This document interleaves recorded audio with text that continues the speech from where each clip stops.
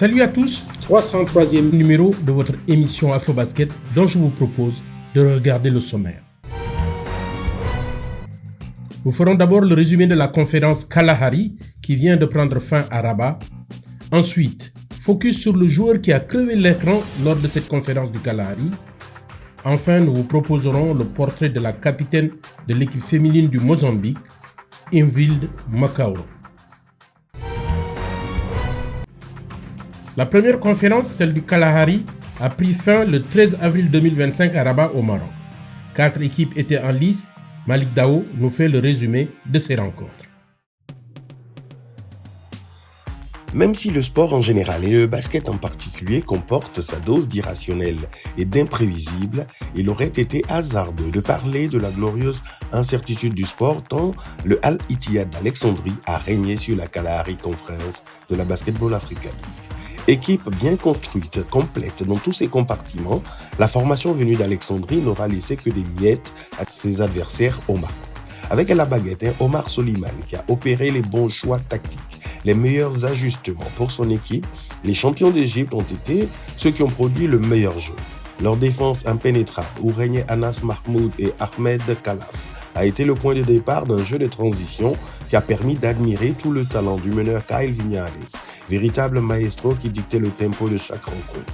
Et quand le jeu rapide n'était pas possible, les fines gâchettes que sont Majok Deng, George King, Abdelhadi Metouali, Ibrahim Mohamed ou Mohamed Abouchoucha trouvaient toujours la cible devant n'importe quelle défense. 6 victoires pour autant de rencontres, en étant dominateur dans presque toutes les catégories statistiques collectives, c'est la preuve que les Égyptiens n'étaient pas venus remporter une conférence, bien au contraire, ils sont en mission pour devenir le 3e club du pays à remporter la BAL. Car, pour qui connaît les rivalités entre les clubs du Caire, Zamalek et Al-Ahly qui ont déjà gagné, et le club d'Alexandrie, nul doute que la compréhension de la situation est claire. Al-Ittihad ne compte pas s'arrêter en si bon chemin. Deuxième et donc directement qualifié pour les playoffs de Pretoria, les River Hoopers ont montré qu'il faudra encore compter sur eux cette saison. Les hommes de Port Harcourt, même après avoir perdu Will Perry, Divine Eke et John Williams, ont été à la hauteur. 3 joueurs des Hoopers sont leaders des classements individuels. Madou Takech, meilleur scoreur avec 17,8 points par match. Peter Olisemeka, roi du rebond, 11 prises par match. Et Kelvin Amayo, 7 passes décisives par match. Le tout avec un bon Raphaël Poutné et Maxi Chamba confirme que les Nigérians n'ont pas volé leur place avec un bilan de 4 victoires pour 2 défaites, toutes les 2 concédées contre Al-Ittihad. Les Marocains du FUS, eux, ont tout simplement déçu à domicile dans leur salle du complet Moulay Abdallah. Maladroite à l'extérieur, elle n'a pas non plus su convertir ses lancers francs en shootant à moins de 60% sur la ligne. Et que dire des rebonds, où les joueurs du coach Saïd El Bouzidi ont été dominés par leurs adversaires. Jonathan Jordan, Nisre Zouzoua et Abdelhakim Zouita ont essayé de surnager, mais c'était trop peu pour espérer se qualifier directement. Les Marocains devront donc attendre la fin des 2 autres conférences pour connaître leur sort. Quant au Stade malien, qui s'est déplacé avec une équipe remaniée et rajeunie, et de laquelle il ne reste aucun joueur qui avait été 3e en 2023, cela aura été un apprentissage grandeur nature et en accéléré. Les jeunes pousses maliennes ont certes du potentiel, mais il va falloir du temps et de la patience pour les amener à maturité. Le Stade malien est donc éliminé et là aussi, la logique a été respectée. À l'issue de cette conférence, un joueur a crevé l'écran. Celui qu'on l'appellera MVP. Madout Akek, c'est le nom qu'il faut retenir au terme de la conférence Kalahari de la BAL 2025 qui vient de s'achever à Rabat au Maroc. L'ailier sud-soudanais de River Hoopers Basketball Club a séduit le public et a affolé les compteurs lors de cette nouvelle édition de la Basketball Africa League. Il a achevé le tournoi avec 18,6 points inscrits par match, des chiffres qui ont défrayé la chronique et fait la une des médias sportifs. Pour sa 2e participation à la BAL, Akek n'a pas fait dans la dentelle. Joueur majeur de River Hoopers aux côtés de Kevin Amayo, le Sud-Soudanais n'a malheureusement pas pu hisser son équipe au sommet de la conférence Kalahari, mais jouera les playoffs. En 5 confrontations, il a mis 93 unités en tout pour un temps de jeu moyen de 35 minutes. Madout Akek n'est pas que connu pour ses qualités offensives. En défense, il apporte aussi sa contribution, figure d'ailleurs parmi les 3 meilleurs rebondeurs de la conférence avec une moyenne de 7,2 rebonds captés par match. Akek peut pénétrer la défense de l'adversaire tout en conduisant le ballon au panier, ce qui fait de lui un joueur polyvalent, à l'aise en défense comme à l'attaque. À l'extérieur, il a cartonné cette année 2025 contrairement à 2024. Passé de 12 à 18 points par match, Madout Akek a connu une ascension fulgurante sur le plan offensif cette année à la balle 2025. Il n'était peut-être pas attendu dans cette conférence, mais il a séduit. Son pourcentage de réussite au tir a pratiquement doublé et son adresse s'est bonifiée.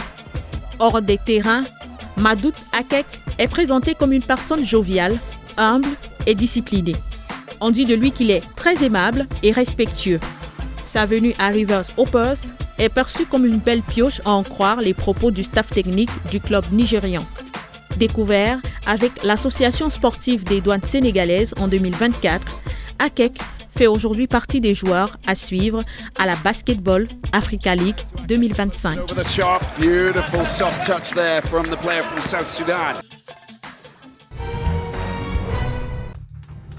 Voyons maintenant tout ce qui a constitué en bref et en images l'actualité du basketball africain.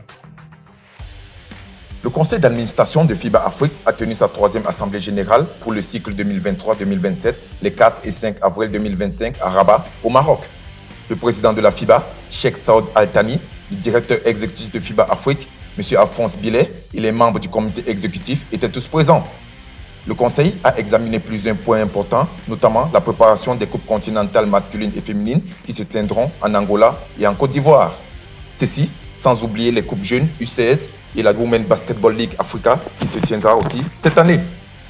La Fédération tunisienne de basketball a invité la sélection nationale senior féminine du Mali pour une série de 3 matchs amicaux à Monastir.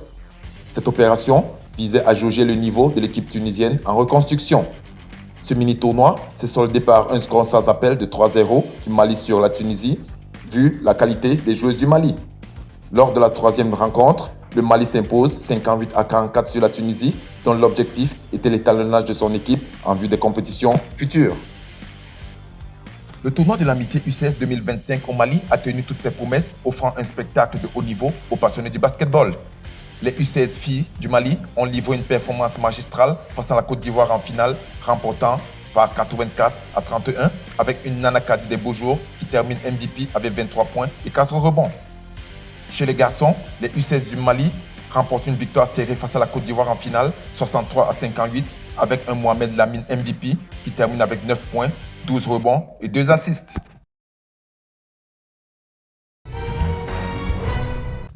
L'équipe nationale féminine du Mozambique vient d'obtenir une wildcard de la FIBA pour le prochain Afrobasket à Abidjan. Nous en profitons pour vous présenter son capitaine, Ingvild Makaoro. Ingvild Makaoro est un nom non familier seulement au Mozambique, mais aussi en Afrique. La star du basketball est connue pour sa performance et ses distinctions. Elle reçoit des prix individuels et d'équipe partout où elle va. Nommée MVP de la Coupe d'Afrique du championnat féminin en 2019 lorsqu'elle a gagné avec Ferroviário de Maputo. Elle a pu le répéter avec la même équipe lorsqu'elles ont remporté le titre WBLA 2024, bien qu'elle n'ait pas été nommée MVP. La star qui est médecin lorsqu'elle n'est pas sur le terrain, elle a trouvé difficile à se réconcilier avec leur élimination contre l'Angola lorsqu'elles ont retiré le pied de la pédale. Cependant, elles ont reçu le wildcard et se rendront en Abidjan en juillet. Cela signifie beaucoup pour elle et son pays de pouvoir participer au plus grand tournoi d'Afrique. L'atmosphère en Angola pendant les éliminatoires était électrique et perdre pour elle était difficile parce qu'elle a joué pour l'Interclub et voulait laisser quelque chose aux fans, mais surtout parce qu'elle voulait faire plus pour son pays. Elle a marqué 18 points malgré la défaite. Elle a changé son approche du jeu parce qu'elle veut faire mieux pour son pays cette année. Le Mozambique veut être plus performant qu'au Rwanda en 2023. Elles ont été placées en 5e position au classement général, mais se sont depuis améliorées avec toute l'exposition qu'elles ont reçue. Elle a des coéquipiers avec lesquels elle a remporté les WBLA l'année dernière, qui sont également essentiels au succès de l'équipe nationale, notamment Silvia Veloso, Nilsa Chiziane et Carla Kovan, pour n'en nommer que quelques-unes. Bien qu'étant l'une des joueuses les plus expérimentées de l'équipe, elle a hâte de jouer avec les jeunes et d'apprendre d'elle. Inchville a mené son équipe en points au Rwanda avec 12,8 par match. Elle est connue pour sa polyvalence et sa créativité sur le terrain. L'équipe nationale se prépare également mieux pour l'Afrobasket et jouera des matchs amicaux. Il ne fait aucun doute qu'elle est une force avec laquelle il faut compter et sa présence inspire la confiance à son équipe et instille la peur à ses adversaires. Elle mettra son expertise à profit pour essayer d'obtenir un podium pour son pays et ajouter d'autres distinctions à sa carrière déjà illustre. Retour sur les meilleurs paniers et les actions de la conférence Kalahari, c'est notre top 5. To get the pass, look what's happening up the other end. Nicely done. That's a brilliant score coming from Sambe, and his fourth points there here today. Yeah, the combination there of Sambe. Zua goes down in the step back attempt to try and get the point. Oh, how high can you go, Jordan? Jordan, demolition job, big time. You have a look here at the detonation from John Jordan. It's short from Zuzua. Devastation, detonation from John Jordan. But he gets spooked when you've got Mahmoud in front of it. That's nicely done. Majok Deng dumps the ball down.